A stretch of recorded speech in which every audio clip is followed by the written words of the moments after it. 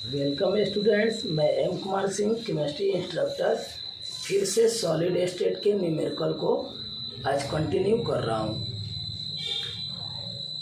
यहाँ पर question number 1 में लिखा हुआ है, in a solid A B of NaCl structure A atoms occupy the corners of the cubic unit cell if all the corner atoms are removed then the formula of the unit cell will be. अब समझना क्या है कि यह जो A B solid है वह NaCl structure जैसा है। NaCl का स्ट्रक्चर CCP या FCC होता है। उसमें अगर कॉर्नर पर, क्वेश्चन के अनुसार कॉर्नर पर कौन से एटम्स थे, पहले से A एटम्स थे, A एटम्स कॉर्नर पर थे, तो इसका मतलब जो कॉर्नर पर होगा वो फेस के सेंटर पर भी होगा।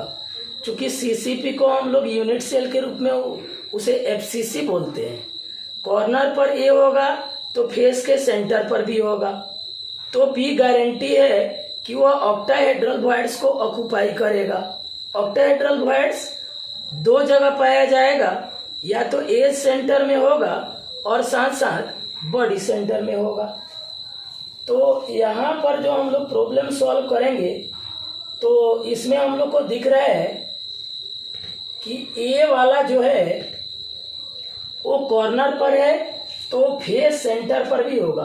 कॉर्नर वाले को तो हटा दिए हैं, तो नंबर ऑफ A एटम्स जो आएगा, number of A atoms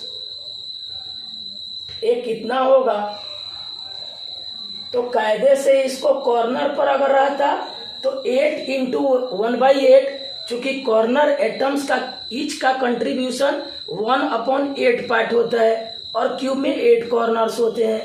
8 into 1/8 और प्लस फेस सेंटर वाले का कंट्रीब्यूशन 1/2 पार्ट होता है और क्यूब में 6 फेसेज होते हैं, तो 6 इंटू 1/2, यह 3 और 1 मिलकर 4 होना चाहिए था, बट कॉर्नर वाले को हटा दिया गया है। तो केवल हम लोग फेस सेंटर वाले जो A एटम्स हैं वे 6 होंगे, बट उनका कंट्रीब्यूशन प्रत्येक एटम का 1/2 पार्ट है, तो 6 इंटू 1/2, दैट मीन्स ये 3 आ जाएगा।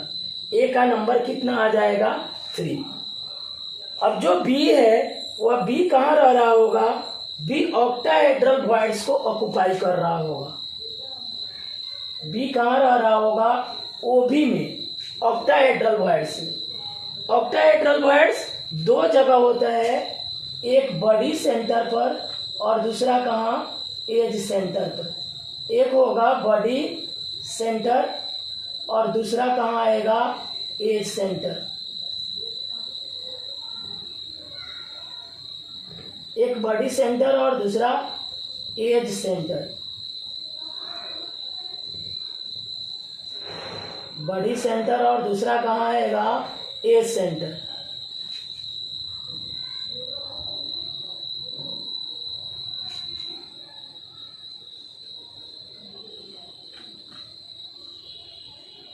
हाँ, तो हम लोग देख रहे हैं कि बॉडी सेंटर पर होगा और दूसरा कहाँ होगा? एज सेंटर पर।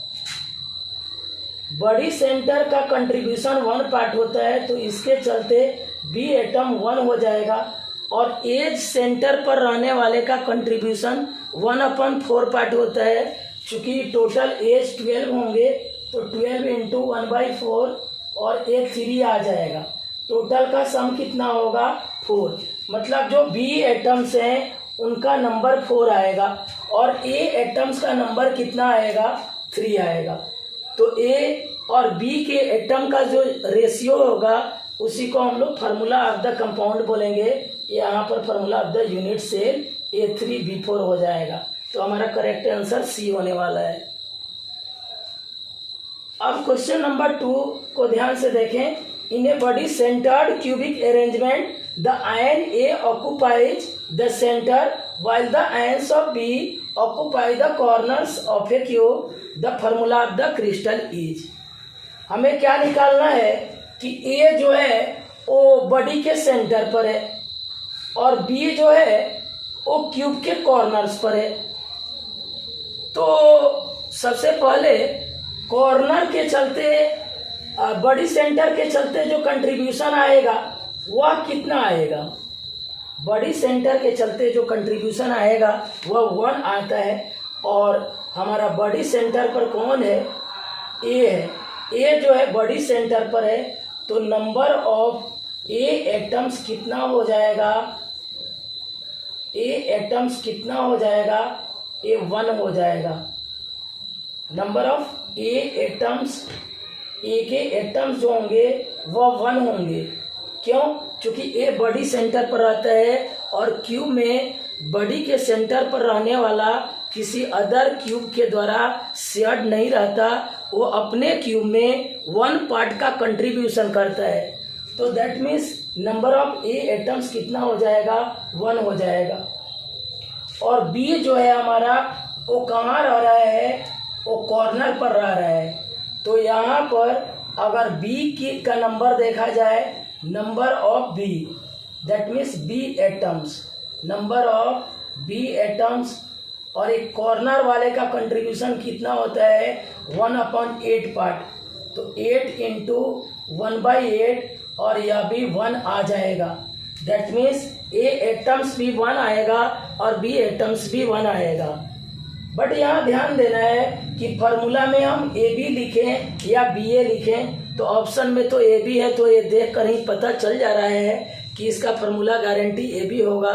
लेकिन स्टूडेंट्स थोड़ा ध्यान दीजिएगा, बहुत लोग को ये समझ में नहीं आएगा। अगर 2 ऑप्शन लगा दिया गया रहता ए बी और बी ए, तो आपको लगेगा कि कौन सा फार्मूला होना चाहिए। सबसे पहले इसके लिए आपके दिमाग में चलना चाहिए कि यह बॉडी सेंटर्ड क्यूबिक का अरेंजमेंट है और बीसीसी में जो कटायन जो होता है वह बॉडी सेंटर पर रहता है और एनायंस कॉर्नर पर रहते हैं और सेंटर से सारे कॉर्नर का डिस्टेंस इक्वल होता है। दैट मीन्स कोऑर्डिनेशन नंबर ऐसे केस में 8 होता है। तो ये बॉडी सेंटर पर कौन रहता है? कटायन। और बॉडी सेंटर पर जो कटायन रहता है, हमारे फार्मूला में आयनिक कंपाउंड में पहले हम लोग कटायन को रिप्रेजेंट करते हैं एंड देन आफ्टर एनायन को। तो बॉडी सेंटर पर रहने वाला ही कटायन है और बॉडी सेंटर पर कौन रह रहा है? तो ए रह रहा है। दैट मीन्स ये फार्मूला जो कटायन जो होगा वह ए है और एनायन यहाँ बी है। तो फार्मूला में पहले हम लोग कंपाउंड में कटायन लिखते हैं, 10 formula will be A B, 10 formula will be A B. अब जो ये क्वेश्चन नंबर 3 है, ये बहुत आसान क्वेश्चन है। The number of atoms per unit cell in SC मतलब सिंपल क्यूबिक, एफसीसी का मतलब फेस सेंटर्ड क्यूबिक और बीसीसी का मतलब बॉडी सेंटर्ड क्यूबिक। अब ये नंबर ऑफ एटम्स बोलिए या इफेक्टिव नंबर ऑफ एटम्स बोलिए, ज़्यादा अच्छा वर्ड, साइंटिफिक वर्ड तो इफेक्टिव नंबर ऑफ एटम्स होगा। तो सिंपल क्यूबिक में क्या होता है? एससी के अंदर केवल कॉर्नर पर अगर एटम्स पाए जाएं, इनसाइड में कहीं एटम्स नहीं रहे तो उनको सिंपल क्यूबिक कहते हैं। फेस सेंटर्ड क्यूबिक का मतलब होता है कि प्रत्येक कॉर्नर पर तो एटम्स रहेंगे ही, साथ साथ एवरी फेस के सेंटर पर भी रहेंगे। और बॉडी सेंटर्ड क्यूबिक जो यूनिट सेल है उसमें कॉर्नर के अलावे बॉडी के सेंटर में भी पार्टिकल रहता हो तो उसको बॉडी सेंटर्ड कहते हैं। अब एससी में जो नंबर ऑफ एटम्स आएगा पर यूनिट सेल, या इसको बोल सकते effective number of atoms, number of atoms per unit cell, ये जो आएगा वो कितना हो जाएगा? Number of atoms per unit cell कितना आ जाएगा? कॉर्नर पर 8 कॉर्नर होते हैं और प्रत्येक जो एटम है उसका कंट्रीब्यूशन 1/8 पार्ट है, तो ये तो सिंपल क्यूबिक वाला 1 आएगा। 1 ऑप्शन हमारे 2 जगह है, तो ए या बी में से कोई ऑप्शन होने वाला है। अब यहाँ देखें सिंपल क्यूबिक के अलावा जो फेस सेंटर्ड है एफसीसी है, इसमें क्या होगा कि कॉर्नर पर तो रहेंगे ही एटम्स, साथ साथ एवरी फेस के सेंटर में भी रहेंगे। तो यहाँ जो नंबर ऑफ एटम्स का जो कैलकुलेशन आएगा वह 8 × 1/8 और प्लस कितना हो जाएगा 6 इंटू 1/2, चूँकि हाफ पार्ट कंट्रीब्यूशन होता है फेस सेंटर्ड एटम का, तो ये मिलकर कितना हो जाएगा 4 हो जाएगा। और जो बॉडी सेंटर्ड वाले हैं BCC, उनके लिए क्या होता है, effective number of atoms per unit cell जो आएगा वह 8 इंटू 1/8 और प्लस 1 हो जाएगा, और ये टोटल 2 आ जाएगा। दैट मीन्स 1 4 2, और ये ऑप्शन करेक्ट कौन सा होने वाला है, ए नंबर। हाँ, तो ये स्टूडेंट्स क्वेश्चन नंबर 4 देखने वाले हैं। इस क्वेश्चन में क्या है कि if A cubic crystal is made up of 2 elements A and B, A occupies corners of the cube and B occupy face centers of the cube. If one corner is unoccupied, then find formula or empirical formula of the compound. Question में क्या है कि A corner पर cube के रह रहा है और B जो है वो फेस सेंटर पर पाया जाता है। If one corner is left और if one corner is unoccupied, अगर एक कॉर्नर बचा रह जाए, ऑक्युपाइड नहीं हो, तब फार्मूला क्या बनेगा। तो आसान है, देखते हैं सॉल्यूशन कैसे बनाते हैं। क्या है कि कॉर्नर एटम्स जो होंगे वे कौन है, ए है, और कॉर्नर टोटल क्यूब में कितने होते हैं, 8 होता है। वन कॉर्नर अनऑक्युपाइड है तो 7 कॉर्नर्स ही ऑक्युपाइड होंगे, और प्रत्येक एटम का जो कंट्रीब्यूशन होगा वह 1/8 पार्ट होता है। तो यहाँ पर number of atoms of A कितना हो जाएगा, 7 into 1/8। Number of atoms of A, number of atoms of A कितना आएगा, 7 इंटू 1/8। बहुत सारे स्टूडेंट यहाँ 7 इंटू 1/7 कर लेते हैं, ये कभी नहीं होगा। प्रत्येक एटम का कंट्रीब्यूशन कॉर्नर पर तो 1/8 पार्ट होता है। अगर 6 एटम रहता, 2 अनऑक्युपाइड रहते तो 6 इंटू 1/8 लिखते, 3 एटम्स अनऑक्युपाइड रहते तो 5 इंटू 1/8 होता। चूंकि कंट्रीब्यूशन तो हर हमेशा 1/8 ही होगा कॉर्नर पर। अब यहाँ जो है नंबर ऑफ एटम्स ऑफ हमको क्या लिखना है, बी। तो एटम्स ऑफ बी जो होंगे, बी तो हर जगह फेस के सेंटर पर पाया जा रहा है, और फेस सेंटर 6 होते हैं। प्रत्येक एटम का कंट्रीब्यूशन 1/2 पार्ट होता है, तो ये कितना आ जाएगा, 3 आ जाएगा। ऊपर वाला कितना आएगा, 7/8 आएगा। जो फार्मूला होता है उसमें ए और बी के एटम्स का रेशियो निकालते हैं, और उसको होल नंबर में कन्वर्ट करना होगा, फ्रैक्शनल फॉर्म में नहीं होना चाहिए। तो रेशियो ऑफ एटम्स ऑफ क्या निकालेंगे, ए एंड बी।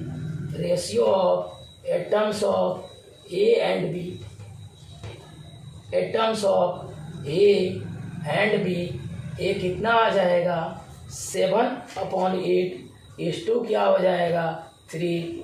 अब इसको हम लोग 8 से मल्टीप्लाइड करेंगे, और इसको भी 8 से मल्टीप्लाइड करेंगे, कैंसिल हो जाएगा, 7:24 आ जाएगा। दैट मीन्स जो फार्मूला होगा, 10 फार्मूला जो होगा, फार्मूला ऑफ द कंपाउंड क्या आने वाला है, ऑफ द कंपाउंड क्या हो जाएगा, ए आ जाएगा हमारा A7 और B24, A7 B24। This is the formula of the compound. हाँ, तो अगला क्वेश्चन हम लोग देखने वाले हैं। If radius of Na+, if radius of Na+ is equal to 0.95 angstrom. Radius of Na+ कितना है, 0.95 angstrom. And radius of Cl- जो है वह 1.81 एंगस्ट्रॉम है। तो हमें कैलकुलेट करना है edge length of the cube. तो A बराबर 1। यही क्वेश्चन है कि अगर सोडियम आयन का जो आयनिक रेडियस है वह 0.95 एंगस्ट्रम है और क्लोराइड आयन का आयनिक रेडियस 1.81 एंगस्ट्रम है, तो फिर हमारा एज लेंथ कितना आएगा? तो इसको थोड़ा ध्यान से देखिएगा। NaCl का जो आयनिक क्रिस्टल होता है वह FCC यूनिट सेल को कंस्ट्रक्ट करना होगा। CCP स्ट्रक्चर उसका होता है, क्यूबिक क्लोज पैक स्ट्रक्चर होता है। इसका यूनिट सेल जो होगा वो FCC बोला जाता है।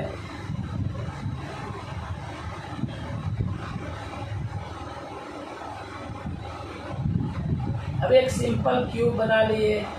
अब इस क्यूब के अंदर FCC हमको दिखाना है। FCC को ही CCP बोला जाता है क्लोज पैकिंग के अंदर। हमारे दिमाग में चलना चाहिए कि नॉर्मली इसमें अगर Cl माइनस जो है वह CCP को कंस्ट्रक्ट कर रहा होगा, Cl माइनस क्या कर रहा होगा? CCP को कंस्ट्रक्ट कर रहा होगा। दैट मीन्स आप सबसे एट बिगिनिंग यह समझे NaCl जो है उसका स्ट्रक्चर क्या होगा? CCP, जिसको हम लोग यूनिट सेल के रूप में FCC बोलते हैं। CCP क्या है? Cubic close pack. अब यह Cl माइनस जो है यहाँ पर CCP बनाने में भाग लेगा, लैटिस पॉइंट्स पर पाया जाएगा। क्यूबिक क्लोज पैक्ड स्ट्रक्चर बनाने का मतलब हुआ कि ये कॉर्नर्स पर तो रहेगा ही, साथ साथ फेस के सेंटर पर भी रहेगा। Cl माइनस कहाँ कहाँ रहेगा? कॉर्नर्स पर और फेस के सेंटर पर। Corners plus face centres, face centres corner पर रहेगा, साथ साथ फेस के सेंटर पर रहेगा। दूसरा कहानी क्या है कि सोडियम आयन जो है वह OB में अपना पोजीशन ऑक्युपाइड करेगा। OB मतलब ऑक्टाहेड्रल वॉइड। अभी हम लोग एक क्वेश्चन में देखे थे, ऑक्टाहेड्रल वॉइड जो होगा वह दो जगह पाया जाएगा, एज सेंटर में और दूसरा कहाँ? Body centre. एज सेंटर और दूसरा बॉडी सेंटर। ए सेंटर और body centre. That means A centre 12 होते हैं और प्रत्येक का कंट्रीब्यूशन 1/4 पार्ट से, तो 3 आ जाएगा और बॉडी सेंटर 1, टोटल मिलकर 4 हो जाएगा। यहाँ पर देखते हैं, हमको ये काउंटिंग नहीं करना है, हमें ये समझना है कि Cl माइनस कॉर्नर्स पर रहेगा और साथ साथ ये जो छोटा कटायन जो है सोडियम आयन वो एज के सेंटर में रह रहे हैं। एज के अलोंग अगर हम लोग इसका एज लेंथ A ले लें तो दैट मीन्स एनायन वाले 2 into R A minus, that means यहाँ पर एनायन कौन है? Cl माइनस और प्लस ये तीनों टचिंग कंडीशन में होंगे, कॉर्नर वाले और जो यहाँ पर अंदर में जो कटायन है और फिर यह कॉर्नर पर जो एनायन है, ये सभी टचिंग कंडीशन में होंगे। यह जो है वो क्या है? ये एनायन का रेडियस है। तो यहाँ पर हम लोग यहाँ से यहाँ तक का जो डिस्टेंस होगा वो टोटल कितना आ जाएगा? टोटल ये जो एज लेंथ है A के बराबर आएगा। A इज इक्वल टू क्या होने वाला है? 2R कटायन और प्लस बीच में कटायन है और कॉर्नर पर क्या है? एनायन है, तो 2R cation plus 2R anion हो जाएगा। इसी फार्मूला को हम लोग यहाँ लगा देंगे, 2 into R Cl minus plus 2